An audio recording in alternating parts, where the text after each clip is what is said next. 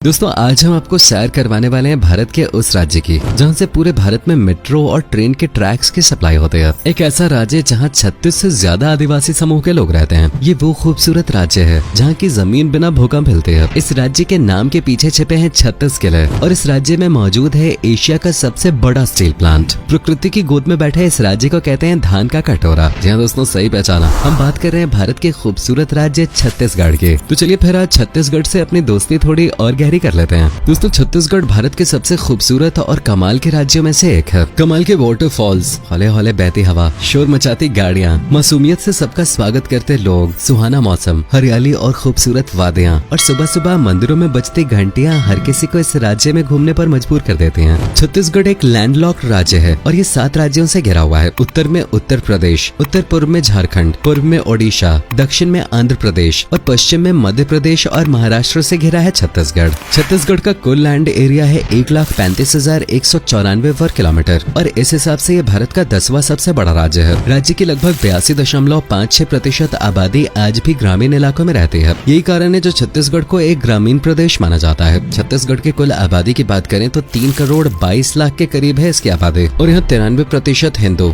2% मुस्लिम, 1.9% Christians और बाकी दूसरे धर्म को मानने वाले लोग हैं। पॉपुलेशन के लिहाज से छत्तीसगढ़ भारत का 17वां सबसे बड़ा राज्य है। यहाँ आदिवासी लोग भी बसे हुए हैं। राज्य की कुल आबादी का लगभग 1/3 हिस्सा आदिवासी समुदाय का है। इनमें गोंड, हल्बा, धुरवा, कवार, भतरा, मुरिया और अबूझ मेदिया जैसी 35 से ज्यादा ट्राइब्स आपको देखने को मिल जाएंगे। बहुत कम लोग जानते हैं लेकिन छत्तीसगढ़ का पुराना नाम दक्षिण कोशला हुआ करता था। कहते हैं कि भगवान श्री राम का छत्तीसगढ़ से सीधा संबंध है। दरअसल माता कौशल्या छत्तीसगढ़ से ही थी और वनवास के दौरान भगवान श्री राम ने भी ज्यादातर समय छत्तीसगढ़ में ही बिताया था। छत्तीसगढ़ के इतिहास पे नजर डालें तो दोस्तों इसका प्रारंभिक इतिहास सिर्फ गुफाओं में बने चित्रों और आर्किटेक्चरल रिमेन्स के जरिए ही मिलता है। लेकिन कुछ रिकॉर्ड्स में बताया गया है कि छत्तीसगढ़ 14वीं सेंचुरी में मुगलों के अंडर में हुआ करता था, लेकिन बाद में अराउंड 18th सेंचुरी ये मराठाओं के हाथ में चला गया और तभी से छत्तीसगढ़ का नाम दिया गया। 19वीं शताब्दी के बाद भारत के ज्यादातर हिस्सों की तरह छत्तीसगढ़ भी अंग्रेजों के हाथ में आ गया, जिन्होंने इस राज्य को अलग राज्य का दर्जा न देते हुए मध्य प्रांत से जोड़ दिया। 1857 की क्रांति तो आप सबको याद ही होगी। उस रेवोल्यूशन में छत्तीसगढ़ क्षेत्र के लोग काफी एक्टिव नजर आए थे। ये छत्तीसगढ़ के लोग ही थे जिन्होंने अंग्रेजों की गलत पॉलिटिक्स के खिलाफ आदिवासियों को भड़काया या यूं कहिए कि जागरूक किया था। साल 1947 में देश तो आजाद हो गया लेकिन छत्तीसगढ़ मध्य प्रदेश का ही हिस्सा रहा। लेकिन फिर साल 2000 में इसे मध्य प्रदेश से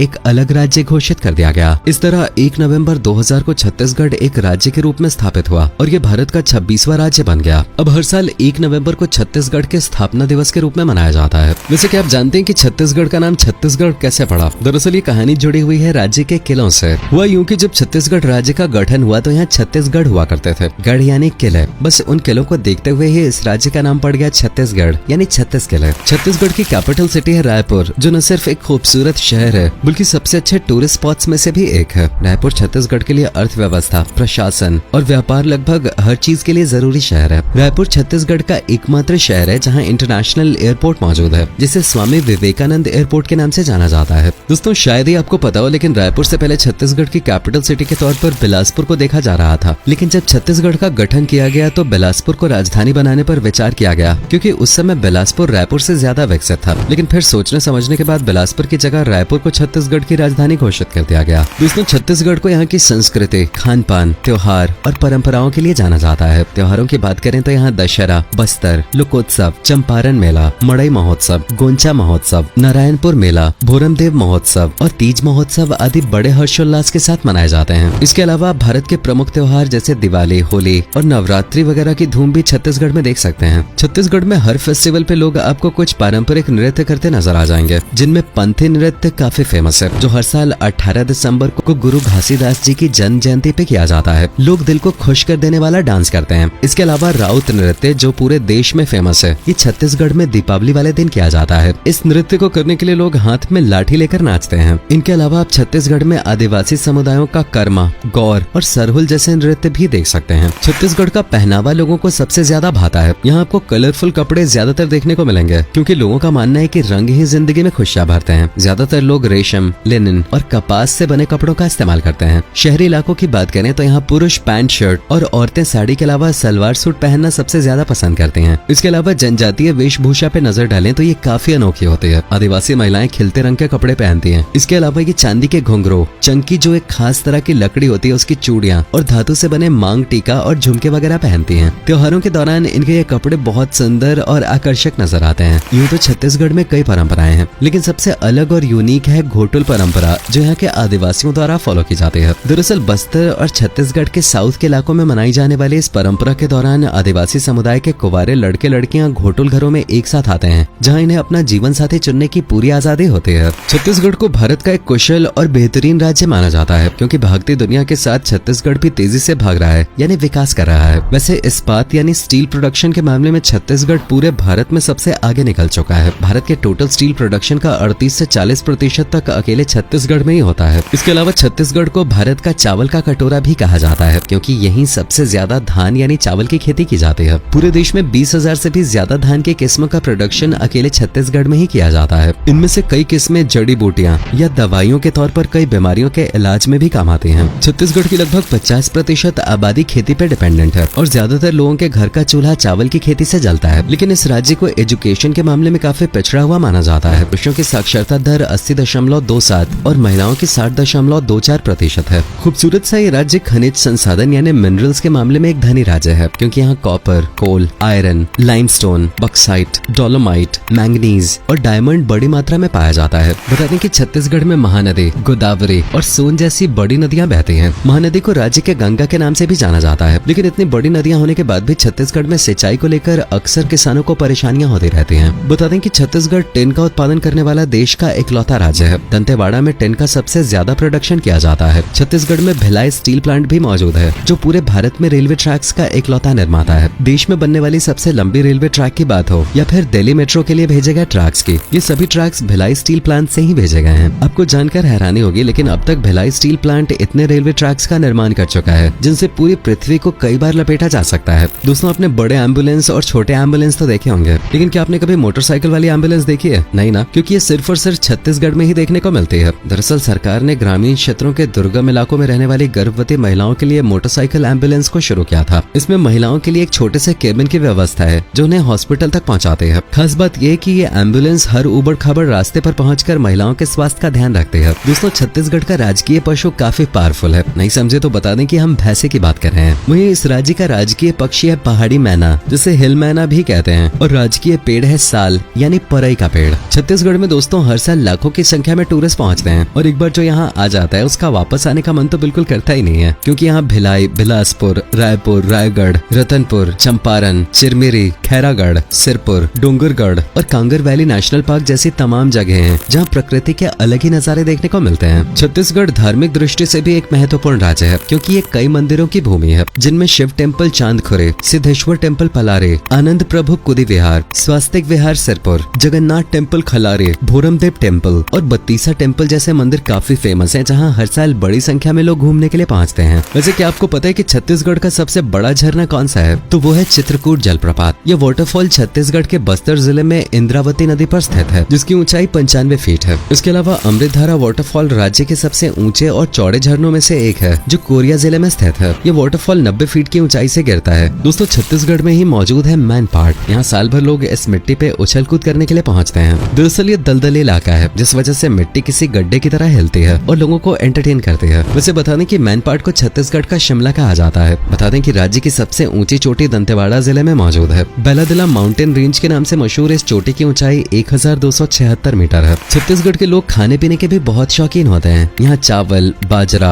और ज्वार जैसी फसलें सबसे ज्यादा उगाई जाती हैं, जिस वजह से यहाँ के खाने में आपको इन फसलों से बनी कमाल की डिशेस ज्यादातर देखने को मिलेंगे। वैसे डिशेस की बात करें तो कुसली, काजू बर्फी, साबूदाना की खिचड़ी, चीच भाजी, लाल भाजी और बोहर भाजी जैसी बेहतरीन डिशेस आपको यहाँ के लगभग हर रेस्टोरेंट और होटल में देखने को मिलेंगे। बात करें यहाँ पहुँचने की तो आप फ्लाइट, ट्रेन या बस कैसे भी इस खूबसूरत से राज्य में पहुँच सकते हैं। फ्लाइट के लिए रायपुर में एयरपोर्ट है, और ट्रेन की बात करें तो आप जानते हैं कि छत्तीसगढ़ पूरे भारत का एक ऐसा राज्य है जहाँ से पूरे भारत में रेलवे और मेट्रो ट्रैक की सप्लाई होती है। तो अब आप अंदाजा लगा सकते हैं कि छत्तीसगढ़ का रेलवे नेटवर्क कितना मजबूत होगा। बाकी आप यहाँ बस, टैक्सी या पर्सनल व्हीकल से भी आ सकते हैं। तो दोस्तों, ये है भारत का खूबसूरत राज्य छत्तीसगढ़। आप में से अगर कोई है छत्तीसगढ़ से तो हमें कमेंट में जरूर बताइए आपको छत्तीसगढ़ कैसा लगा, और अगर आप छत्तीसगढ़ जा चुके हो तो अपना एक्सपीरियंस भी हमारे साथ शेयर जरूर कीजिएगा।